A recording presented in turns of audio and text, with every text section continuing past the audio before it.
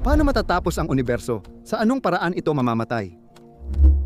Napakalawak ng mga tanong na ito na parang hindi kayang abutin ng isipan. Sa mga nakaraang dekada, natukoy ng makabagong agham ang huling kapalaran ng kosmos para matukoy ang pinakamalamang na senaryo sa nalalapit na wakas. Sa mga posibilidad, may isa na laging pumupukaw ng aking pagkabighani. Tungkol ito sa unibersong nagbabalik at nagkukwento ng game over kung saan namamatay ang kosmos sa pagbagsak nito. Ngayon, tiyak na lumalawak ang universo natin. Alam nating ito dahil saan man tayo tumingin sa malalim na kalangitan, ang mga galaksya ay lumalayo sa atin. Mas bumibilis ang paglayo nila habang lumalayo pa sila sa isa't isa. Ang mga obserbasyong ito mula sa mas malawak na kalawakan ay sumusuporta sa senaryo ng mabagal na kamatayan, patuloy na paglapit sa katahimikan, lamig at kawalan sa napakatagal na panahon. Ngunit wala tayong katiyakan na magpapatuloy ng walang hanggan ang mabilis na paglawak ng kalawakan at na ito ay hindi magtatapos balang araw sa malayong hinaharap. Bumabagal dahil sa maraming materya at grabidad.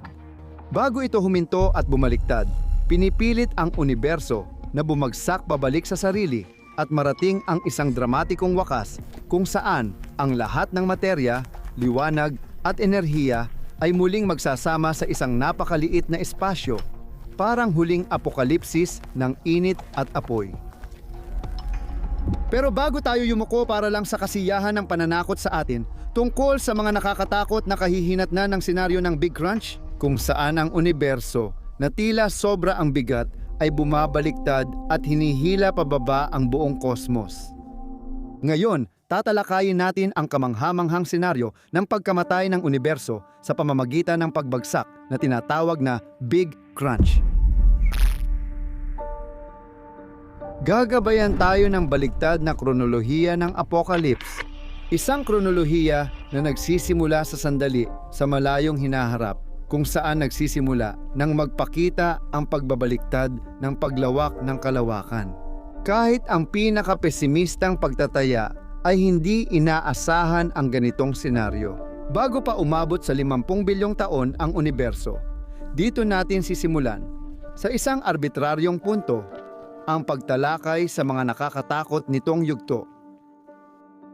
At gagawin natin ito mula sa pananaw ng mga haka-hakang sibilisasyon na nananatili pa rin sa unibersong ito. 4 na beses na mas matanda kaysa ngayon ang edad nito. Ang mga unang senyales ng pagbagsak ng universo ay lumalabas ilang bilyong taon bago magsimula ang proseso. Para magbaliktad ang paglawak, kailangan muna itong bumagal at tumigil noon. Sa pagmamasid sa kosmos, napagtatanto ng mga taga-hinaharap na ang liwanag ay mula sa malalayong galaksya. Kahit pagod sa paglawak ng kalawakan, dahan-dahan pa rin itong humihila sa mga pulang kulay. Patunay na ang puwersa ng grabidad ay nagsisimula ng maging nangingibabaw sa loob ng bilyon-bilyong taon na kasunod. Kahit hindi nagbabago ang itsura ng langit, bawat segundo ay lumalapit sila sa hindi maiiwasan. Patuloy bumabagal ang universo hanggang sa tuluyang huminto ang paglawak ng kalawakan. Lampasan ang puntong iyon ng pagbabago kung saan naabot na ng universo ang pinakamalaki nitong sukat. Pagkatapos nito, unti-unti na lang itong lumiit at nabawasan. Ang liwanag mula sa malalayong galaksya ay lumalakas at nagiging mas asul sa paningin natin. Ang pagliit ng espasyo ay nagpapataas ng enerhiya ng mga photon.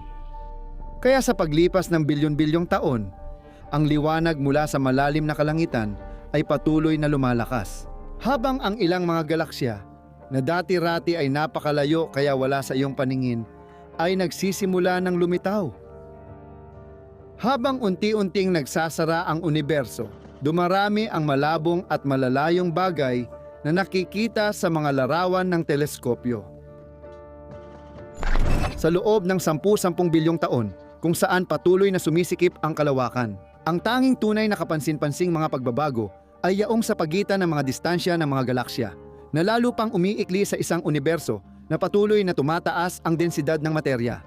Ito, sa paglipas ng panahon, ay magkakaroon ng matinding epekto na magpapabilis sa pagbagsak.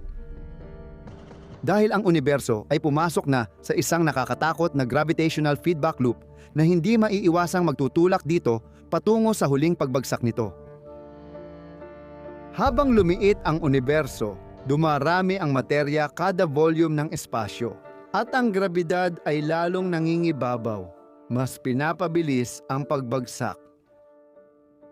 At sa unibersong ito, kung saan ang bilis ng pag-urong ng espasyo-oras ay lalong tumitindi. Lumiliit na ang mga puwang sa pagitan ng cosmic filament kaya nagsisimula na silang maghalo-halo. Sa lahat ng dako ng universo na ito na kumikipot, may mga lugar ng sobrang densidad na umaabot ng ilang 10 milyong taon liwanag ang lawak na nabubuo. At sa loob ng mga ito, ang mga supercluster ng mga galaksya na hindi mapipigilang naglalapit-lapit ay nagsisimula ng magsanib. Simula ito ng panahon ng malalaking banggaan sa bilyon-bilyong taon habang kumikipot ang universo saan man sa kosmos. Nagbabanggaan o nagsasanib ang mga galaksya. Hinahalo ang ulap ng gas na nagdudulot ng biglaang pagsiklab at pagbuo ng bagong bituin. Para sa mga haka-hakang sibilisasyon na umuunlad sa loob ng mga galaksiyang ito na nagkakagulo at nagkakain-kainan, napakaraming bituin sa langit na ang gabi ay nagiging parang bukang liwayway. Ngunit ang mga kalangitang ito na kumikislap sa napakaraming liwanag ay kasing ganda rin ng kanilang panganib. Dahil sa mga magulong at maliwanag na kalangitang ito, madalas ang pagbuo ng mga supernova. Ang mga higanting bituin na ito na nagtatapos ang kanilang buhay sa mga napakalalakas na pagsabog at naglalabas ng radyasyon sa paligid ng interstellar na kalawakan ay lumalagpas na ngayon sa dati nilang hangganan. Nagkakalat ng panganib sa kanilang paligid. Sa tagal ng kanilang sinag, nagdudulot sila ng kamatayan at pagkawasak.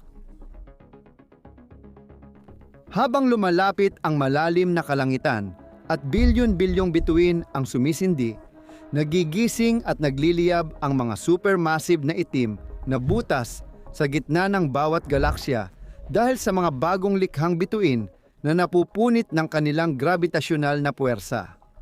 Sa paligid nila, may disk ng materya mula sa mga napira-pirasong bituin. Mga disk na dulot ng init na abot daan-daang milyong degree. Dahil sa mabilis na pag-ikot at alitan, lumalabas ang malalakas na radyasyon na mataas ang enerhiya sa daan-daang libong taon, liwanag sa paligid. Sa universo kung saan ang distansya ay parang natutunaw, ang yugtong ito ng aktibidad ng bituin ay napipigilan ng liwanag. Habang ang espasyo-oras ay kumikipot at muling binubuhay ang pagod na liwanag, ito ay lalakas at magdudulot ng pagbabago sa kosmos na magiging malawakang impyerno.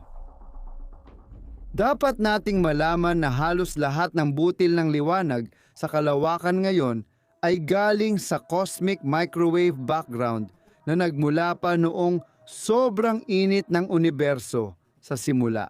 Ngunit dahil sa patuloy na paglawak ng espasyo, ang liwanag na ito ay lalong na-dilute at naunat, kaya't naging mahina at walang banta na ugong na lamang ito. Microwave ngayon ay may temperaturang mas mababa sa 170 degrees. Pero habang patuloy na lumiit ang dami ng espasyong magagamit, pinapataas ng gumuho na universo ang densidad ng radyasyong ito at ang lakas nito. Hindi maiiwasan, habang kumikipot ang universo, lumiit din ang wavelength ng mga photon sa kalawakan. Ang karaniwang temperatura ng kosmos ay patuloy na tumataas sa loob ng bilyon-bilyong taon ng pag-urong na naganap noon.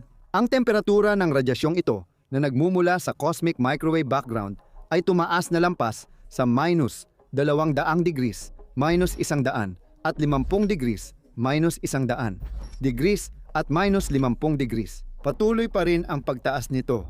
Kaya kahit sa pinakamalamig at pinakahiwalay na bahagi ng universo, positibo na ang thermometer.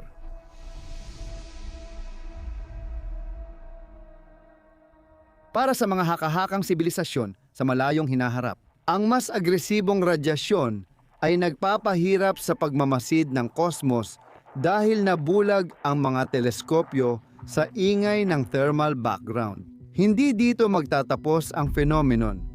dahil aabot ang temperatura ng cosmic background sa puntong sapat na ang radyasyon sa universo para punitin ang mga ulap ng interstellar gas na pinagmumulan ng mga bituin. At hihinto na sila sa paggawa. Pagkatapos, kasunod nito sa universo na mabilis na bumabagsak kung saan wala ng kahit anong bituin ang muling sisikat. Ang papalakas na liwanag ay natatabunan ang lahat sa nakakasilaw nitong liwanag mula sa lahat ng direksyon. Nawala na ang mga konstelasyon at dilim. Ang universo ay nababalot ng mainit, kumikislap na pulang liwanag. Pagkatapos, unti-unting hinipan ng lumalakas na liwanag ang atmosfera ng mga planetang may liwanag na ito. At kasunod nito, nagsimula nitong singawan ang mga karagatan bago tuluyang tunawin ang mga batong nasa ibabaw. Wala nang posibilidad ng komplikadong buhay sa universo at wala nang tagamasid sa huling pagbagsak nito. Sa kabalintunaan, sa liwanag na bumabaha sa kalangitan at natutunaw ang mga planeta, dito magsisimulang mamatay ang mga bituin hanggang tuluyang maglaho sa dilim. Kapag ang temperatura ng universo ay lumampas sa 2,700 degrees, may kakaibang nangyayari. Agad lumalalim ang dilim ng gabi saan man. Sa sobrang taas ng temperatura, napupunit ang mga atomo dahil sa radyasyon at ang natanggal na mga elektron ay bumubuo ng malabnaw na plasma sa universo, kaya hirap makalayo ang liwanag. Kapag ang temperatura ng kumikipot na universo ay lumampas sa 2,700 degrees, ito ay nagiging opaque. At dito, kasing dilim ng loob ng isang pugon kung saan patuloy pa ring umiiral ang mga bituin. Ngunit sa unibersong ito na nagsimula nang bumalik sa simula. Malapit nang umabot sa napakataas na antas ng enerhiya ang radyasyon, kaya masisira na ng liwanag ang mga bituin dito. Bahagya ng napira-piraso at nabalatan mula sa labas dahil sa mga kaguluhan ng nakapaligid na kapaligiran. Hindi na kayang tapatan ng mga bituin ang presyur na dulot ng mga sinag ng liwanag na pumapalibot sa kanila at hirap ng kumalat. At dahil dito, nauuwi silang lahat sa pagbagsak sa kanilang sarili sa isang paraan, nadudurog dahil sa lakas ng liwanag. Kapag umabot na sa 5,500 degrees, ang tindi ng radyasyong patuloy na lumalakas. Ang universo ay nagliliyab sa init na parang may temperatura ng itim na araw sa lahat ng dako, at ang kapaligiran ay lalong umiinit at siksik. Kapag lumampas na ito sa antas ng 1,000,000 degrees, nagsisimula ng maghiwa-hiwalay ang mga nukleo ng atomo. Ang pag-urong ng espasyo ay umaabot na ngayon sa napakabilis na antas at ang mga distansya ay lumiit sa bilis na halos kasing bilis ng liwanag. Ilang libong taon bago ang Big Crunch, magkakahiwalay na ang pangunahing bahagi ng materya. Sa sobrang gulo at taas ng densidad ng materya at enerhiya, tanging iisang partikulo na lang ang natira. Hindi na makabuklod at nalunod sa karagatan, isang dagat ng radyasyon na puno ng mga natitirang bagay sa universo. Ang mga itim na butas sa kumikitid na kosmos. Mabilis lumalaki ang mga itim na butas habang nilalamon nila ang lahat ng materya at enerhiya sa paligid. Dahil sa pagsasanib, ang ilan sa kanila ay nagiging napakalaki, milyon-milyong beses na mas mabigat kaysa araw. Kaya sumasaklaw ang kanilang event horizon sa malaking bahagi ng nakikitang universo. Ang malalakas na gravitational waves mula sa kanilang pagsasanib ay patuloy na nagpapabaluktot sa tela ng espasyo at panahon. Sa huli, ang universo ay magiging isang itim na butas bilang pangwakas na rurok. Nagsara na sa sarili ang panandaliang pag-iral ng universo. Lahat ng nilalaman nito ay nagtipon-tipon sa isang punto na may napakaliit na dami, kung saan nabuo ang isang balon ng grabidad na may nakakatakot na lalim at densidad. Isang singularidad na mismong ang kosmos ang humukay. Sa loob nito, ang nakakahilong mga kulubot ng espasyo at oras ay nawala ng kahulugan. at ang materya, kung sakaling umiiral pa, ay naging pag-aari na lamang nito.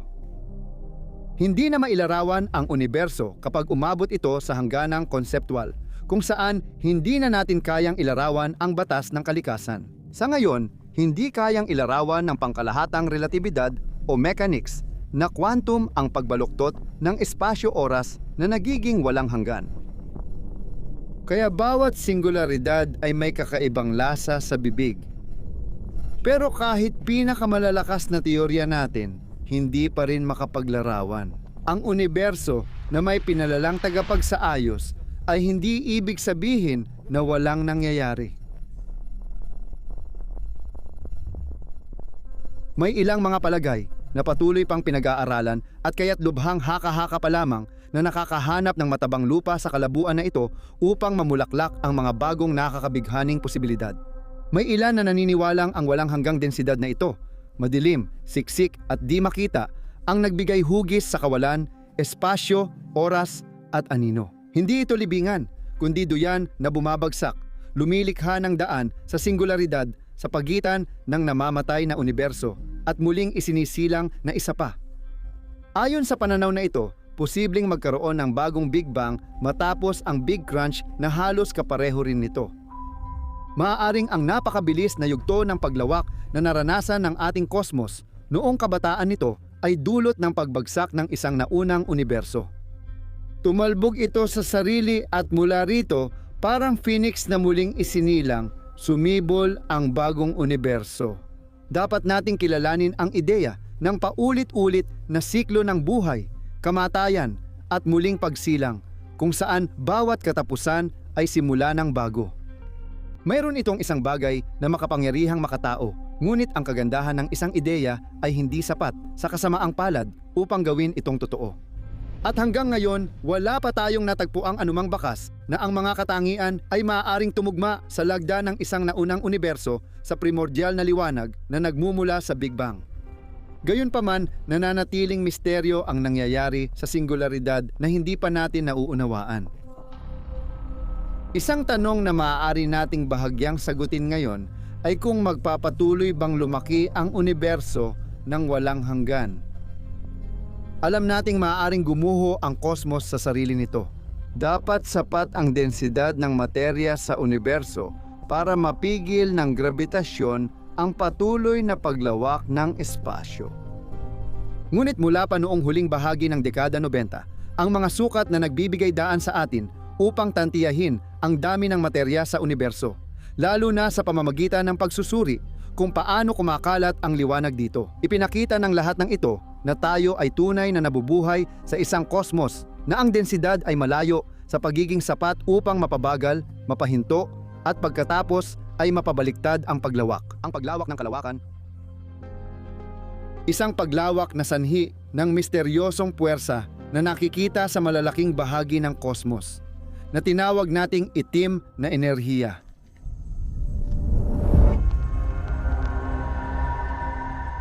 Batay sa ating kasalukuyang kaalaman, iniisip natin na dapat ang densidad ng materya ay halos 17 beses na mas mataas kaysa sa kasalukuyang halaga nito para mapagtagumpayan ang mga epekto ng itim na enerhiya at tuluyang gumuho ang universo sa sarili nito.